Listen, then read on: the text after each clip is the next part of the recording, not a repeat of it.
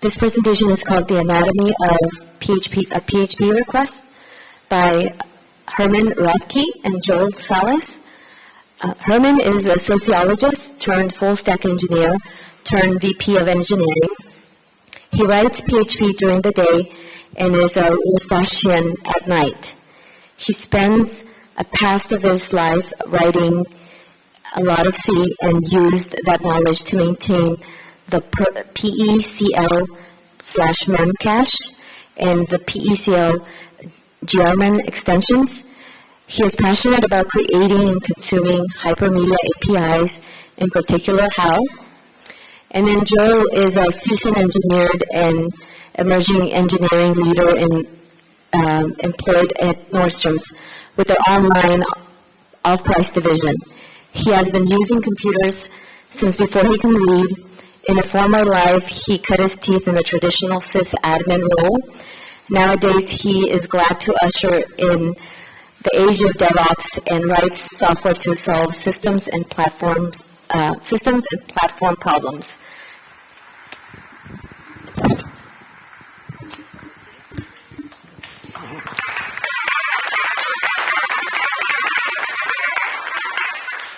Hi, everybody. Let's see when this comes back up here. Awesome. So let's get started. We're here to talk about the anatomy of a PHP request. So that was a really good introduction, but just to recap real quick, who are we? Joel and I both work for Outlook, who was acquired by Nordstrom a couple years ago, and we also built NordstromRack.com. So that's sort of the context where we're coming from. Most of our software is written in PHP at this point. Again, I'm the VP of Engineering at Outlook. I've been there for 6 years. That's my information if you want to follow me. And this fine-dressed gentleman to my left. I'm Joel Salas. You might remember me from yesterday. I did the HOT performance, cracking the flash sale talk. And so a lot of the nitty-gritty stuff we didn't get to yesterday, we're actually going to revisit here today. You can tweet at me on Twitter. You can pull request me at GitHub, and you can email me at Gmail. Thank you. So let's get into it. So we're going to talk about anatomy here, right? So a quick definition. And, for context, like this talk actually was sort of the precursor to the HOPE performance talk. So if you saw that one, we're doing it in reverse. But we'll really dig into sort of the internals of what a PHP request and that request lifecycle looks like, and we're going to get into some of the internals and how that's structured because they're closely related. And we can think about it a little bit sort of like human anatomy, right? We're not going to sort of extend that metaphor too much, but there are different sort of parts that make up PHP and the request all working in concert. It's just similar to the way human anatomy works. So let's get into the process lifecycle first, right? So you can see here, we have a diagram, and the orange section represents a PHP process, also known as a PHP worker, if we're actually running it. And inside, there's a blue section. That blue section's the request lifecycle. And we're going to go into detail about this, but just from a high level, there's sort of four main steps, right? We have a module initialization step. We have a request initialization step, and then a request shutdown, and then a module shutdown. That happens around your actual user land script. And then we also have, we also have the PHP internals. And what this looks like, roughly, is we have sort of four main boxes here, right? So we have the SAPI at the top, which are sort of our server API. We have extensions, we have core, and then the Zen2 engine. So when we're working with PHP, a lot of the time we will actually be not just running PHP raw code from the command line. We're actually going to be using PHP in the context of a web request. And so some basic understanding of HTTP here is pretty important so that we understand that a PHP request doesn't really live in isolation. It's going to be bound pretty much on both sides by something that speaks HTTP. Versions of PHP prior to 7 do not have a built-in HTTP server, so you can't just run PHP as a process and have it listen to HTTP requests and speak that protocol. And so what what I'm gonna focus on here for a few minutes is the server API or SAPI part. And so when we're dealing with that, we're talking about two main ways to run a PHP service on the web. You're going to be using either modphp, which is a C extension for Apache, and so that is some C code that is written that hooks, the web server hooks into when you are running a web request.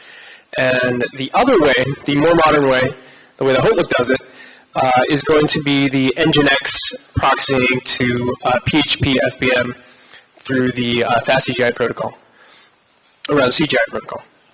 So again, we're revisiting this. The interactions in blue are bounded by the web server. So whether we are initializing requests, executing PHP, all of that is between the web server's interaction. So let's dig into a little more about what modphp does. Touch on this a little bit. But who here has actually set up a web service, WordPress or something like that, using modphp with Apache? So that's almost everybody in the room. So this is an extraordinarily common way to run a PHP service. Were there issues? I say yes. Let's look at what that might look like in a sort of system diagram. So the black box represents the Apache web server. And these three fellows should look pretty familiar right now. They are, of course, PHP workers. And so the way this works is for every single Apache worker thread that is serving HTTP requests, you are actually bound into the modphp C module, and that will run PHP code. And so the nice aspect of this is that a lot of people don't actually know the difference between what Apache is doing and what PHP is doing because they're so tightly integrated. And that can be problematic because it can be difficult to help people debug, are you having a problem with PHP? Is it a web server problem? And again, this is, I think, where a lot of people are not familiar with the boundary lines because modphp really blurs them a lot. And so it is, again, using the server API directly. So what are some problems with this design? One direct problem is that you need one worker to serve every web request, and you are loading PHP for every web request. So is every web request PHP related? I imagine if you're programming things correctly, that answer is no. You're going to be serving all kinds of static assets, flat HTML, any PNG graphics, stuff like that to serve up the markup of the page. And that's not all going to necessarily have to be fed from a PHP worker. So this actually does not scale all that well. It uses lots of memory, uses lots of CPU, and it actually falls over pretty easily. So now we do something a little different. This is the sort of fast CGI or FPM model. And if you're running with Nginx, you'll notice that Nginx is hard. And it's hard to get Nginx going with WordPress. If you're used to modphp, it just works, right? You just apt-get install PHP and installs HTTP for you, and you have everything you need out of the box to run WordPress. And so once you get to Nginx, it's a very different beast because it's kind of hostile. And so the Nginx approach really forces you to understand the difference between the fast CGI server and the Nginx web server. So here we can see we have a couple of worker threads, and they're running, speaking the fast CGI protocol. And Nginx, we should actually see some HTTP traffic coming in here from your right. And the traffic comes in, it comes right back out. The fast CGI response goes to Nginx. Again, you can't talk to the fast CGI server directly with a web browser. You will get garbage because it does not know what HTTP is. So the black box there is actually the boundary of the fast CGI process manager. So who here remembers the olden horrible days of FCGID or something terrible like that? Great, yes. Those were dark days, right? And part of the problem was that the fast CGID, all you could do is tell it to run a certain number of workers, and it would spin them up, And so if your Nginx web server is all of a sudden under a lot of load, you're shooting tons of CGI requests to these things, and eventually you're going to get some dreaded gateway timeouts.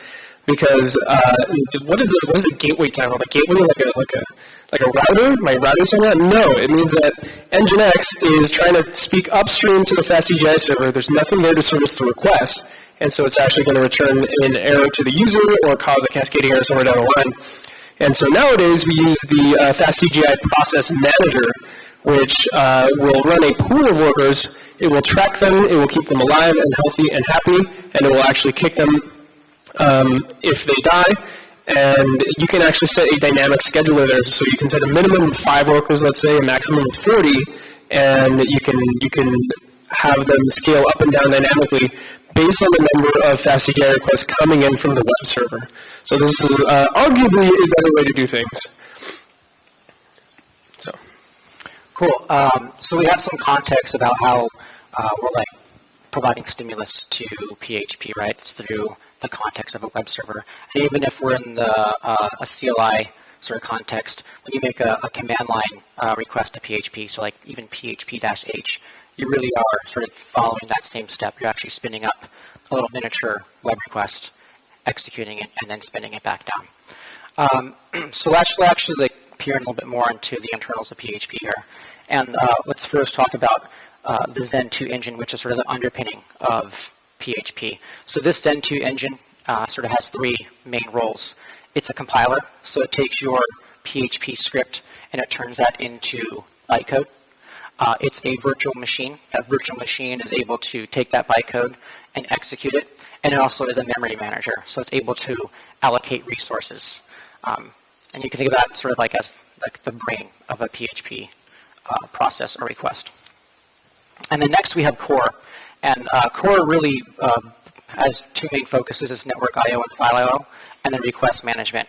Request management in the sense that this is where your main sort of the program comes in, and it's sort of going to pass control off to the SAPI or to the extensions. So extensions really is where a lot of the functionality of PHP comes in. And as we saw a few minutes ago, extensions and modules are the same thing, so we have to initialize all those things. So when you actually look at a PHP source code, you will notice a folder called ext, and that's where all the extensions are, and there's like 30 or 40 in there. When you build PHP, all those are built into PHP automatically, statically compiled. And that's where all the functionality, like the standard library, quote unquote, of PHP, that's where all that lives. Everything from like math to JSON to MySQL, don't confuse it with the standard PHP library extension. It's quite confusing, but all this functionality is statically compiled into the binary, and when the process starts, all these are initialized. And there's also another kind of extension, which was the PECO extension, or PHP Community Library, PHP Extension Community Library. And this is where extensions like Memcache and Mongo and Redis exist, and Gearman exist. And these are normally dynamically compiled into shared libraries, DLLs or .so files. This is really nice from an operational standpoint because you can sort of include these or remove them from your servers without having to rebuild the entire PHP executable. So up until this point, like we really haven't been able to actually make a request to PHP yet. We've been sort of setting everything up. And so, we're up there. What we normally sort of start at is our index PHP file, right? Like a lot of us run an MVC framework. So, in order to execute that GET request, the first thing we're going to do is initialize our modules. So every single one of those extensions I just talked about, whether it's statically compiled or dynamically compiled, it's going to actually have a callback that PHP is going to call when the process starts. And PHP, as we all know, uses INI files for configuration. So PHP is going to go through and look at all those INI files, whether it's PHP INI or using the php.d with all your extension-specific INI files. It's going to figure out what extensions that you have either statically compiled in or that you're dynamically loading into the process. It goes through every single one of those extensions and gives it that callback. And we call that M&Net, or module-net. And again, a module and extension is sort of an interchangeable thing here. So during this extension startup, the process is started, and we're going to sort of define things here that are common across requests. So what are common things across requests? These are things like constants. So you might think like the JSON extension that's statically compiled in has like a bunch of different constants, like the JSON hex tag constant. That actually is only like sort of defined constantly during this process startup. It doesn't sort of exist sort of just in PHP itself. We do other things such as have to actually specify what classes exist in PHP that are part of your extension. So the way PHP 5 works, your extension only knows like C functions, right? You have to actually map like, hey, this object state, like this class method with object state maps to this sort of C function, and you do that during modules initialization. You also register resources. So I'm sure if anyone has sort of like a var dump on a MySQL database connection, the type is resource. You have to register those resources at this point. And you're going to register stream wrappers. I'm not going to go too much on those. And you can also register globals. And so you might want to do this if you need to actually have a global variable with some value that's common across all your requests. So we have an example of this, why like this might be useful. So who here is using Redis for session storage, any kind of database type stuff, key values? Great. So who is using Redis with PHP? Interesting. So hopefully you are using Redis in an HA fashion, meaning that if one of your Redis servers dies, your PHP workers don't utterly bomb. But one of the things that we can do in this eminent phase, and one of the best examples of how that works is actually Redis Sentinel. Is anyone actually using Redis Sentinel in production right now? Interesting. So to be clear, we had some trouble running Redis Sentinel for a number of different reasons, but when we took a crack at it, it was not very mature. We were using Memcache, and so our eventual solution was Couchbase. But let's go through the Redis example here, and let's talk about it. So what is Sentinel? Sentinel is an HA option for Redis, and what that will do is maintain all of the typical things you want to know about a cluster, like which are the members, which ones are active, which ones are inactive. It will handle failover, and it tries to allow the clients to be good customers of the data store. So first thing we're going to do, as an example here, is let's create a global variable to track the Redis server. So in our Sentinel code, or however we want to manage the Redis extension, we're going to keep track of that Redis server. And how we find that Redis server is not super important yet, but you can sort of assume that Sentinel will actually provide us this value. So if that fails, we're going to query Sentinel again and find a live server that we can actually talk to. And then finally, we're going to persist that value across multiple requests. So in other words, that becomes a global in eminent, and as we established, eminent means that it applies to every single request after the PHP worker has been initialized. And it's important to note that there is a difference between the worker and the request, and there are some frameworks or runtimes or what have you where this distinction is not very well maintained. But in PHP, you can be pretty sure that if there was a 500 or something like that, the worker itself is not going to come crashing down. Your request might return a 500, or it might bomb for some other reason, run out of memory, but the worker itself is still basically intact. And part of the reason is that the eminent process does maintain some state between requests. And so there are actually some problems with this design.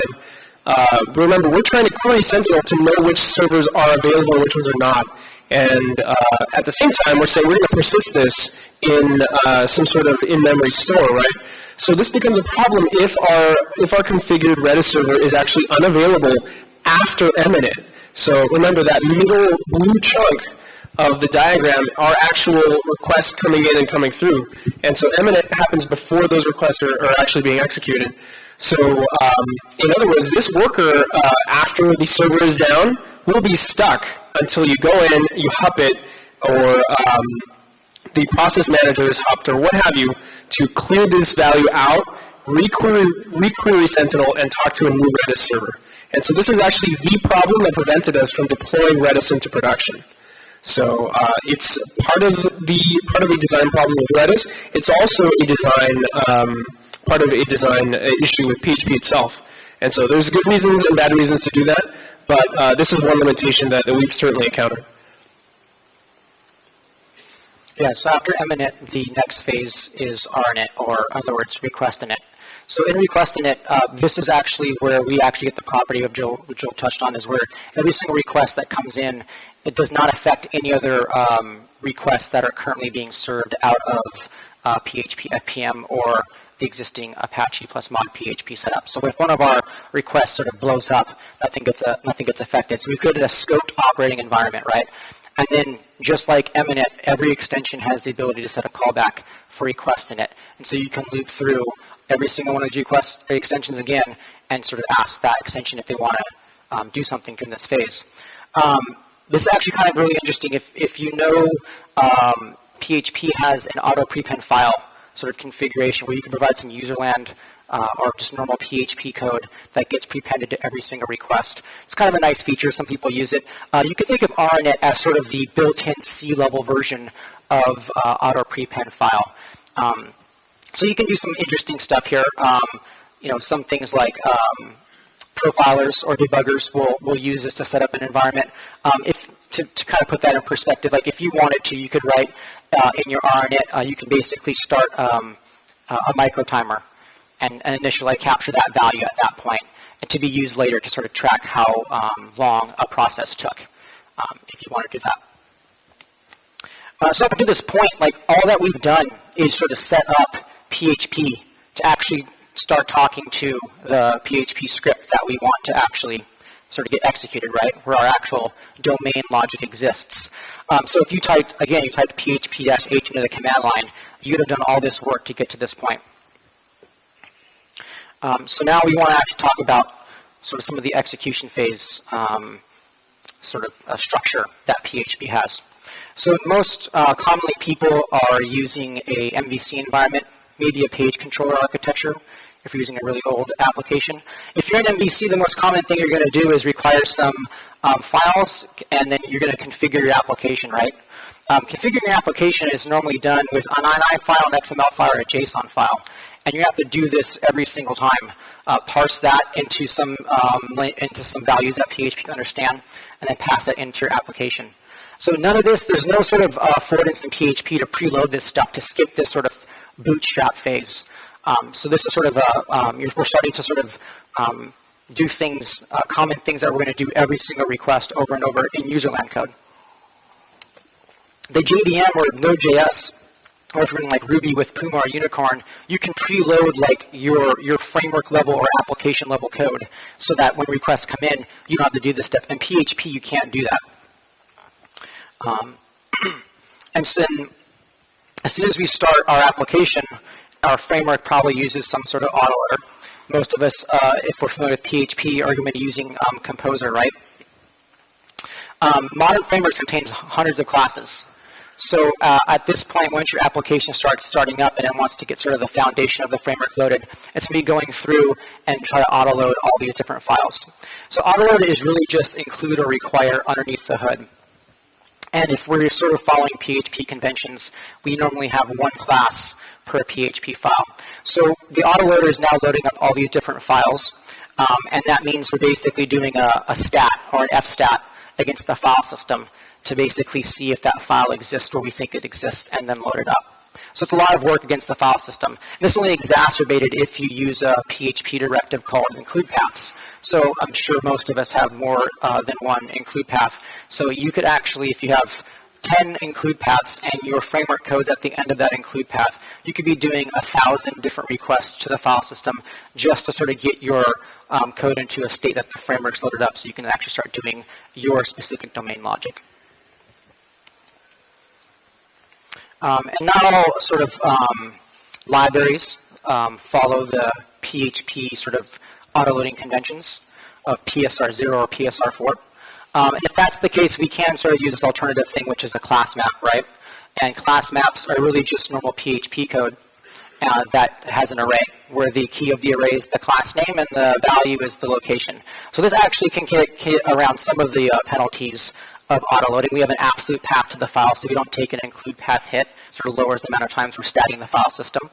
And since it's just normal PHP, once we load it up once for that request, like it's there, and a key value, a key lookup in an array in PHP is just a hash table lookup that's constant time. It's very fast. You don't want to overdo this though, right? Because if there's 10,000 entries in this array and you're only using like 10% of them, that's a lot of overhead. You're loading up a PHP file and you're only using 10% of it. So class map can be used for things, PHP unit, for example, doesn't auto-load very nicely since Sebastian didn't sort of build the structure of his code in a way that made sense to PSR0 or PSR4. So a class app works really well here. Normally, if you're using a normal namespace code, you can sort of just get away with using the regular autoloader. So at this point, you're probably thinking like PHP is a pretty bad way to serve web requests. All this seems really slow. But we can do a couple things. Yeah, it's looking like dark days for PHP, right? Who, after sort of watching all of the stuff that we're going to do on every single web request, would still write their app in PHP? We've got a couple of diehards, but yes, it is doing lots and lots of extra work, and like I said yesterday, PHP is very CPU hungry. But what about opcache? Hopefully you are all using opcache. Is everyone familiar with APC, the extension? Is everyone loading that up? Great. So APC is the absolute fastest, easiest way to take your very slow application and make it significantly less slow, but probably still a little slow. So what are we doing with the opcache? What does that actually mean? What can the opcache possibly do in this routine to actually make the situation better? So what the opcache will do is actually load up as you run a web request, the very first web request through the system will actually create some in-memory operation opcode caches that every subsequent web request can reuse, and therefore sort of exploit a nice warm cache of code path to use so that you do not have to trash all of the nice objects maybe that you've loaded into memory or what have you. It actually does not operate on an object level, but it's going to be a little more low level, and it's going to optimize the most commonly used parts of your code. So let's take an example. Let's write a simple PHP script here. It's going to echo hello scale, and let's look at what this might end up looking like if we were to dump out the opcache in the middle of serving requests here. So this is actually pretty straightforward. Assign hello plus scale, echo, return null. So this is a pretty simple representation, but this is a very clear way to see that as we took our PHP code, which is meant to be dynamic, we're actually turning it into something static in the opcode. In the opcode cache, and that is a trade-off, of course. We're losing some of the dynamic features of PHP, where you could possibly edit something on the file system and see results immediately.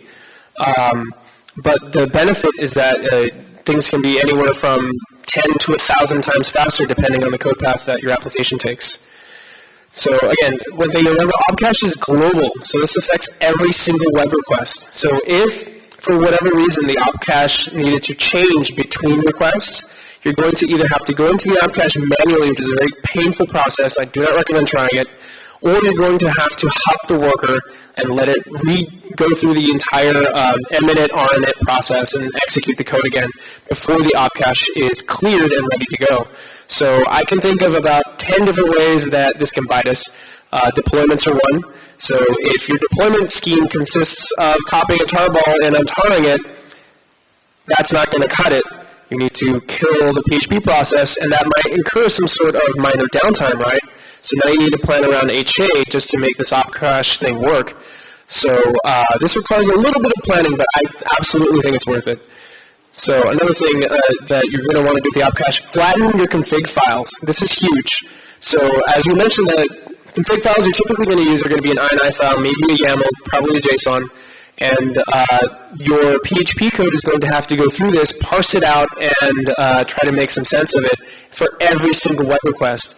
You cannot opcache a JSON file. You cannot opcache a YAML file, but you can opcache a PHP file. And so what a lot of web frameworks will do is something called a cache warm-up phase. Do we have any Symfony users in the house? Great, so we've got like one or two hands that I can see. And so as you are well aware, either on a first request or using the cache warm Symfony console command, you're actually going to create a temporary directory particular to the Symfony environment that will contain a large number of PHP files. And this is basically parsing through your parameters.yaml or whatever the rest of the config is and writing out some PHP code that the opcode can cache. And so this is extremely important for performance reasons. But again, it's also something where if you change the config file, that's not a dynamic file anymore. You need to go in and clear the cache and hop the process to clear to edit the config file, recompile the PHP on disk cache, and then recompute the opcode cache. And now you're actually serving web requests again. So as we mentioned before, you can create a class map to keep track of all of the different classes that you're going to be loading to prevent falls to the disk. You can cache the class map, and this is awesome, because if you have a nice, well-designed class map that includes everything you need and not a lot that you don't, you can cache the opcodes around the class map and reach your classes a lot faster. You can cache file paths. So as you recall, you're going to be doing a lot of stat operations to make sure that the files are where we expect them to be, because we're auto-loading, because we're doing convention over configuration and all these other nice developer-friendly practices that are actually pretty rough on your system. So if we're caching the file paths, that means that we do not need to stat the file system every single time we're looking for a file. We can safely assume that the file didn't move.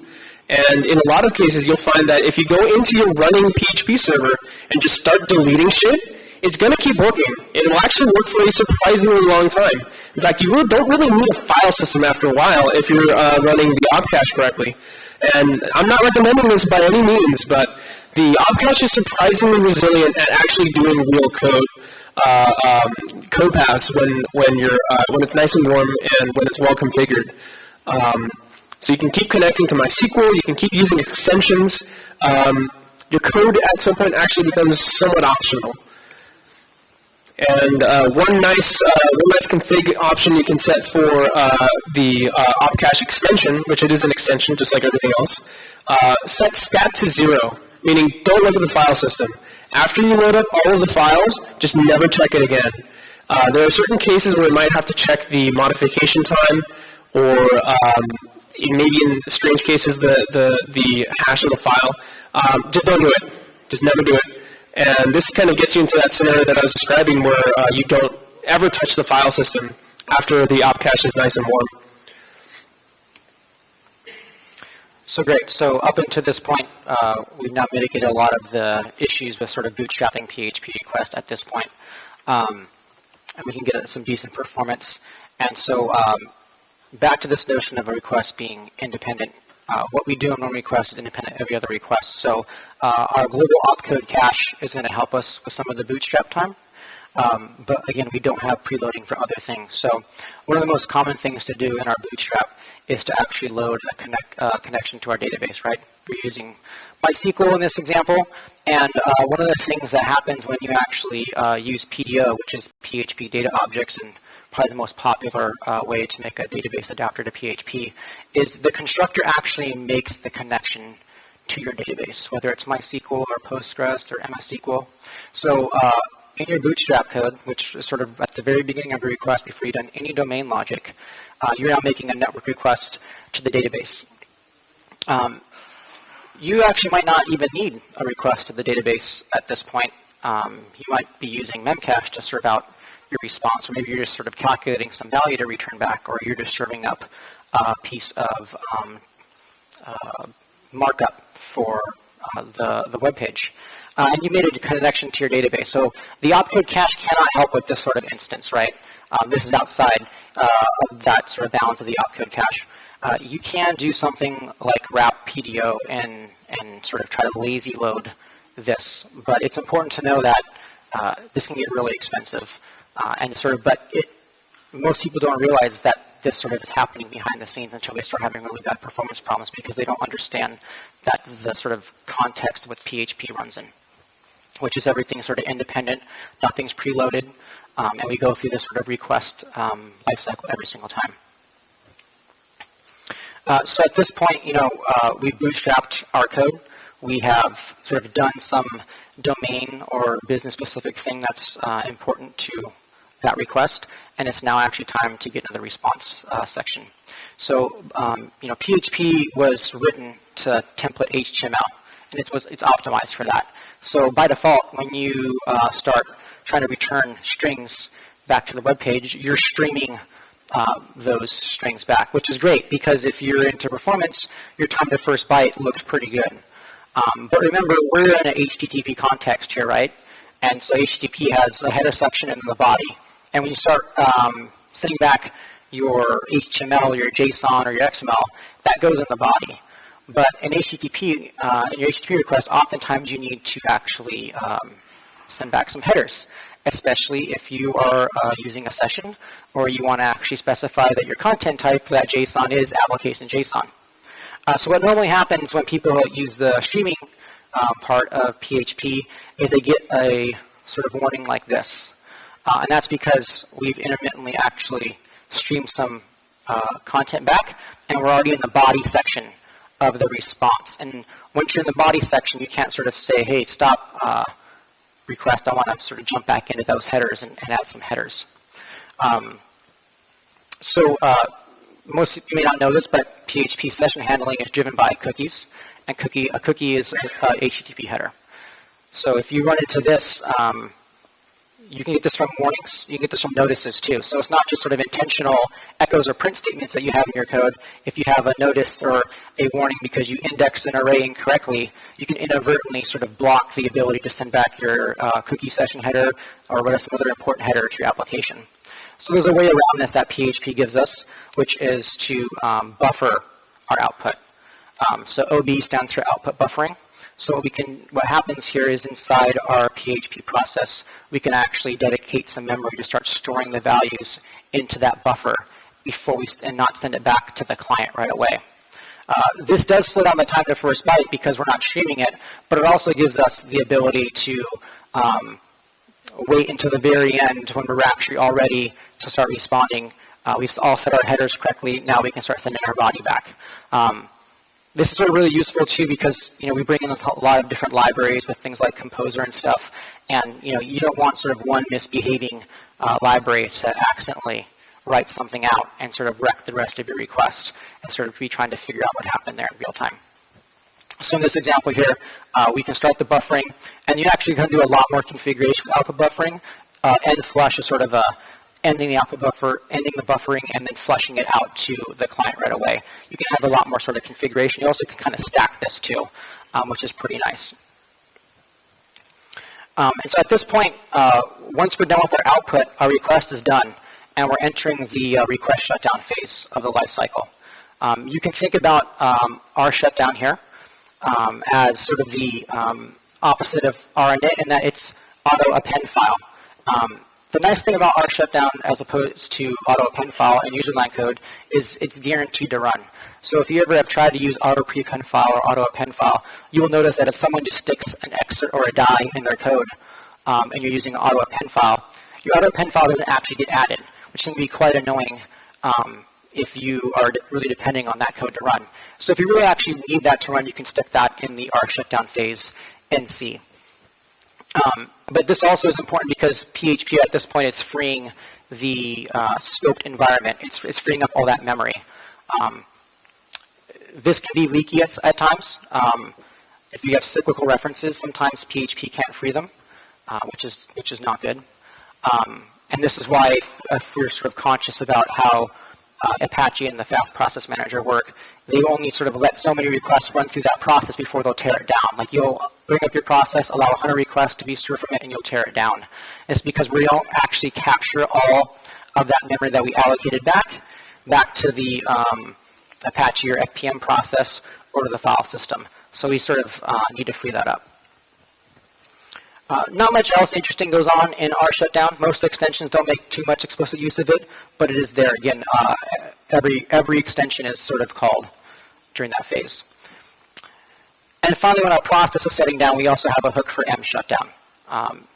Mshutdown is really just, again, freeing all that memory that the mInit had. So if you actually did register globals or you did register resources, you want to free those all up as well before you just lay that memory out on the floor. So real quick, to go back, PHP really has sort of four things it has to do before it can execute any sort of user-land code. And there's sort of two related life cycles. The first life cycle is our module initialization or extension initialization and extension shutdown. And the second cycle in there is our request initialization or request shutdown.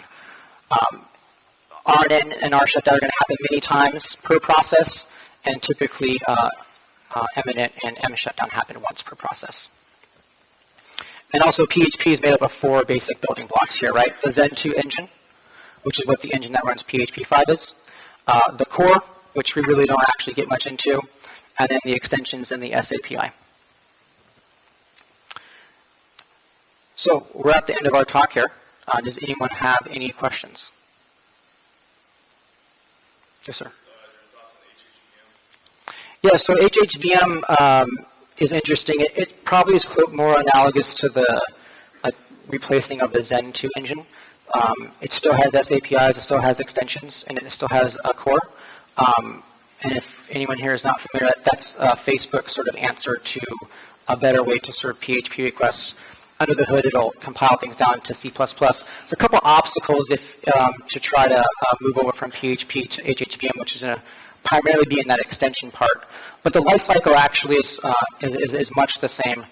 There are some differences. You know, HHVM allows you to add in things like async. So now you're introducing this concept of like a threading model or concurrency model inside of PHP requests that you don't typically have when you're running like the Zen2 engine, right? Like you can run threaded workers in PHP. People do that, but most people don't really run threads in their PHP user-line code. You can kind of start doing that in HHVM, and so it does violate some of this what we talked about, and you do have to write the extensions custom to HHVM there. But it's fast. It's really fast, and I think it's sort of PHP is built to make getting a web application up and running pretty easily from an operational standpoint, right? Like that's the whole idea behind it. HHVM sort of trades that ease of operation for like speed once you kind of have it baked in. So I think it depends on what your trade-offs are. We at Outlook we haven't moved over to HHVM yet because there is sort of like a beauty to being able to quickly sort of deploy new software, and we've been sort of able to kind of kick that can down the road as much as possible. But if we needed to optimize more, certainly that would be something that you should look at. Yeah, and specifically, if you were implying why are we not using HHVM, the short answer is doctrine. So who knows what doctrine is, or who uses doctrine? So for whatever reason, the doctrine test passed on HHVM, but when we try to use it, it bombs. And so instead of digging into why doctrine is bombing on HHVM, we're like, you know, we're actually going to write some software that makes us money. So that's why we have not touched HHVM for now. Any other questions? Yes, sir.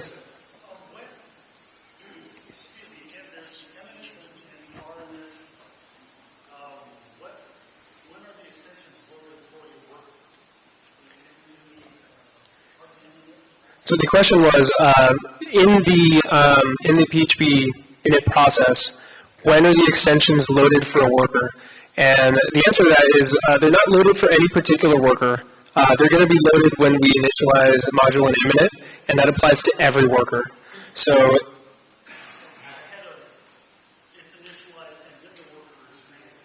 yeah, so you're going to first do your worker is a process, right? So Apache or FPM.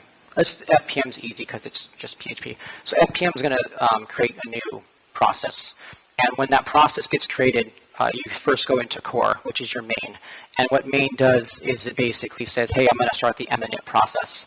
And it goes through and it says, hey, I'm going to look at my INI file. I'm going to go find out every extension that's been registered. So there's a lot of extensions that are baked in by default. And then also you have like that entry in your INI file where you have extension equals like memcache.so. So it reads all those. And then there is some magic that it has internal, like some extensions. I think like ext standard has to be loaded prior to all the other extensions because just PHP magic. But after that, it's kind of just, okay, go down like this list of extensions and call that eminent on it. Once eminent's done, like that extension is registered in PHP. PHP knows that it's there because that's part of that eminent process. And so you actually can, a lot of times what you'll do is you'll register a constant that says, like, this is the version of that extension. You register a constant about the constant about the name of that extension. And you can kind of even ask, like, PHP-M, right, or PHP-I. That'll list it out at that point. But these are done to create before even the worker is created, which is done even before the request. Yeah, so it's not done before the worker is created. So a worker and a process are going to be equivalent. And I think that's the key. So, like, if you think about it at Hotlook, when we do the flash sale at 8 a.m., right, we're doing tens of thousands of requests a second. And if we have a request worker that basically lets 100 requests go through and then it gets reaped by the process manager and it starts up again, like, we're actually reaping processes at a pretty quick space at 10,000 requests a second. And there really is after a while, you start to feel the tax of you have 30 extensions loaded up in PHP, even if they're statically compiled in. You still have to go through 30 or 40 eminent callbacks, and those eminent callbacks are doing work, right? They're allocating memory. They're registering constants. That's still out memory allocation. And the class registrations, memory allocation. So it's doing a fair amount of work to sort of bootstrap the process itself before it could even start serving requests.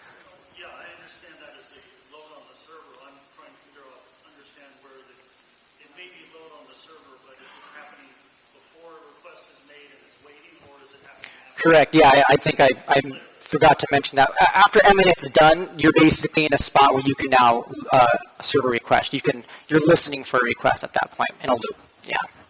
One thing I wanted to add to that is if you actually go into your etc php.d or whatever the directory is on your distribution, you'll notice that all of the extension config files are named like encrypt and so on and so forth. And some of them on distributions will be prepended with a number. And so what that does is just alphabetical order. That's how it loads the extensions. And so the extensions that must be loaded first will be 00 or 10 or 20 or what have you. And so the distribution maintainers actually know which extensions need to be loaded first. But if it wasn't for that, it would basically be tribal knowledge where you'd have to know, you have to load that one first or you're going to crash every time. Yes, sir. Yes, I have a question about the INI file. So, you mentioned it's less efficient. So when you say it's flattened, what do we flatten the INI file? So the question was, when I say that we're going to flatten an INI file, like what does that mean? Right. So an INI file is chock full of keys and values usually, and again the point is that the opcode cache cannot optimize for that INI file, and so what we're going to do is we're going to write out some PHP code that embeds those values into the code. So it basically is inlining all of the values that you're going to need, and this is actually going to be particular to each framework. So this is some pretty low-level framework code that you're talking about, whether it's Zend or Symfony. Those developers have maintained a way to take a config file and pre-compute a PHP level cache. Yeah, I think that Zend 1 just use basically INI file. It doesn't do any special Yeah, we ran into that early days of Hotlook. What you basically can do then is you can have a step in your sort of build process, which is you can run you can write some PHP code that says ingest that INI file and just basically spit out the INI file in like a PHP array, and then save that PHP file to disk, and then you can make sure that your code loads that file up, that PHP array, instead of parsing the INI file. That PHP array will be saved in the opcode cache. So by flattening, you're flattening from like this an INI format into this native PHP format, so the opcode cache can save that PHP code, and then you can sort of sidestep the whole parsing of the INI, and then it's there like in opcode cache memory for the next request. Alternatively, could you also put the part of the initial PHP.ini file as an extension for this? So when you load the PHP worker process, it will pass that. Yeah, you could. If you wanted to at Eminent, you could write a custom extension at Eminent to load those INI values into memory at that point, and you could serve them out that way because you can expose those values to userland PHP. Yeah. I bet you're getting into like Yahoo, what Yahoo did for many years, and what Facebook did for many years before they wrote hip hop. That's basically what their strategy was. Yes.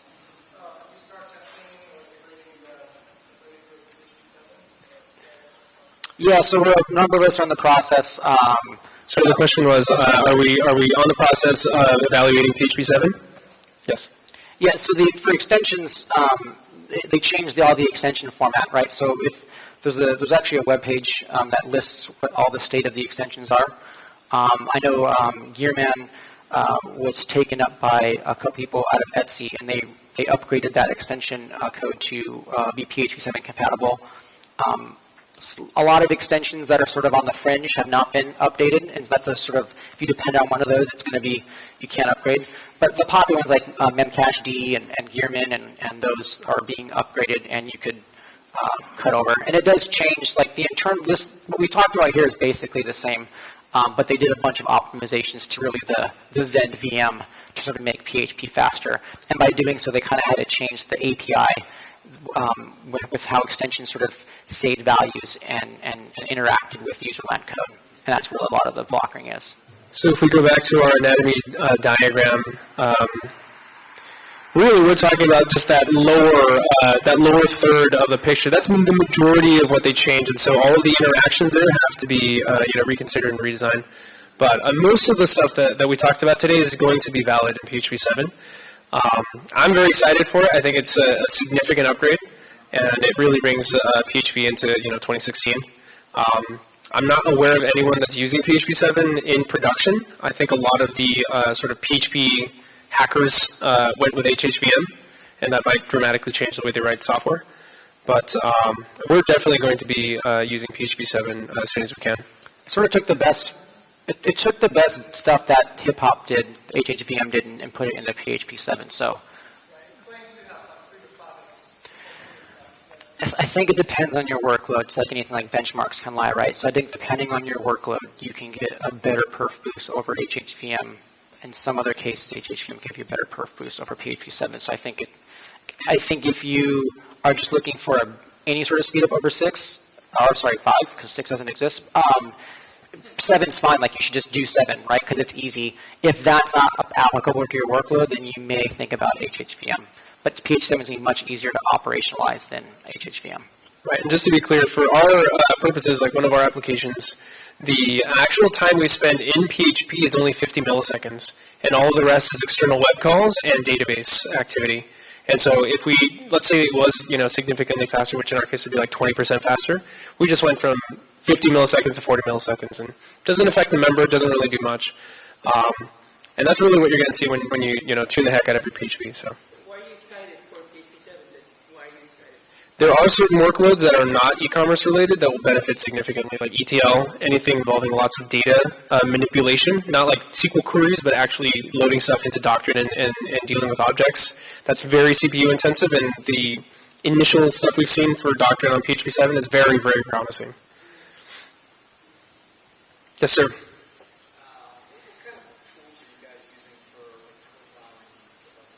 The question was, what tools are we using for profiling and debugging? I could probably think of at least 10, but the main ones that we use on a daily basis are going to be we're using New Relic for application performance monitoring, and so it has it basically knows about Zend and it knows about Symfony. So with almost no instrumentation, you can start getting stats on which API endpoints are getting the most use. Right. So the plugin is actually an extension. And the extension writes to a small local daemon that acts as a proxy up to New Relic. And so you have to load in that extension at a certain time, like we said. We've also used Blackfire to drill down into specific problems. So we use New Relic to find out where there could be a problem. And then once we know where the code path is that has a problem, we use Blackfire to actually profile that application call and figure out why it's so slow. We've used XHROF and Xdebug in the past, but I think for the most part, New Relic is kind of superseded those. And honestly, if you're actually really trying to figure out what is going on with the PHP call, if your code is swallowing errors, like just crack out good old strace and just attach to a process ID and watch it go by and see what it's actually trying to do. We've uncovered a number of file system related, network related issues that way. And so in some ways, the old ways are the best ways in terms of debugging some of the stuff. New Relic actually is a Zend extension, so we didn't cover that in the talk, but it's, super low level. Anybody else have a question? All right, I think that's it. Thank you very much.